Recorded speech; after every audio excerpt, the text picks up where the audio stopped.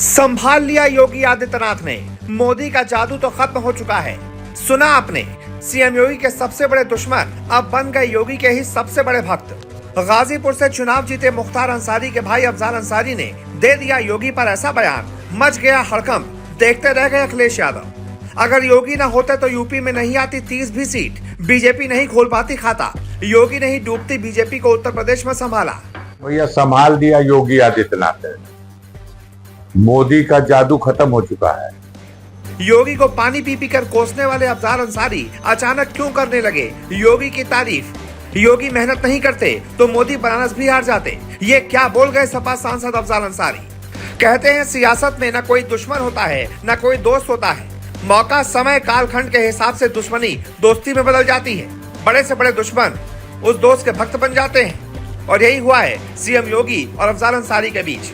जो सीएम योगी अफजाल अंसारी को फूटी आंख नहीं सुहाते थे, आज वही अफजाल अंसारी उसी योगी के लिए तारीफों में कसीदे पढ़ रहे हैं, गुणगान गा रहे हैं। ऐसे मुरीद हो गए हैं कि क्या ही बताया जाए।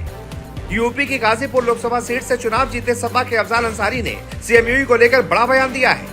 उन्होंने कहा है कि सीएम योगी की ही बदौलत प्रदेश में बीजेपी की 30 सीटें पार हो गयी। उन्होंने मेहनत न की होती तो भारतीय जनता पार्टी यूपी में खाता भी नहीं खोल पाती। अफजाल ने कहा कि पीएम मोदी का जादू तो खत्म हो गया है, योगी ने ही यूपी में बीजेपी को संभाला है। मीडिया से बात करते हुए सपा के नवनिर्वाचित सांसद अफजाल अंसारी ने कहा, मोदी का जादू तो खत्म हो चुका है, योगी आदित्यनाथ ने यूपी संभाल लिया। मोदी तो बनारस से सटी तीनों सीटें हार गए। अंतिम चरण में योगी के प्रयास से बनारस जीते। योगी मजबूती से न लगते तो मोदी भी हार जाते। यूपी में बीजेपी को 30 सीटें योगी के चेहरे, प्रयास और मेहनत के चलते मिली हैं। मात्र 3 सीटें बीजेपी के समीकरण और मोदी के चेहरे पर मिली। अब मोदी फैक्टर नहीं काम कर रहा। दरअसल अफजाल अंसारी अपने मोहम्मदाबाद स्थित फाटक पर मीडिया से रूबरू हुए थे। इस दौरान जब उनसे यूपी में बीजेपी के प्रदर्शन पर सवाल पूछा गया तो उन्होंने कहा कि प्रदेश में बीजेपी की जितनी भी सीटें आई हैं वो सब योगी की ही वजह से आई हैं। मोदी जी सिर्फ अपने गठबंधन को 3 सीटें जितवा पाए हैं। अफजाल ने कहा कि मोदी जी तो बनारस से सटी तीनों सीटें चंदौली, गाजीपुर और मछली शहर भी हार गए। चुनाव के अंतिम चरण में योगी आदित्यनाथ के प्रयास से थोड़ी बहुत सफलता मिली है। इसी के चलते मोदी बनारस से जीते। योगी अगर मजबूती से न लगते तो मोदी खुद चुनाव हार जाते। आपको बता दें, लोकसभा चुनाव 2024 का परिणाम सामने आ चुका है और यूपी की कुल 80 सीटों में से समाजवादी पार्टी ने 37 सीटों पर जीत दर्ज की, जबकि बीजेपी को 33 सीटें मिली। वहीं कांग्रेस को 6 सीटें, आरएलडी को 2 सीटें और आजाद समाज पार्टी और अपना दल को 1-1 सीटें मिली। मायावती की पार्टी बसपा का खाता नहीं खुला।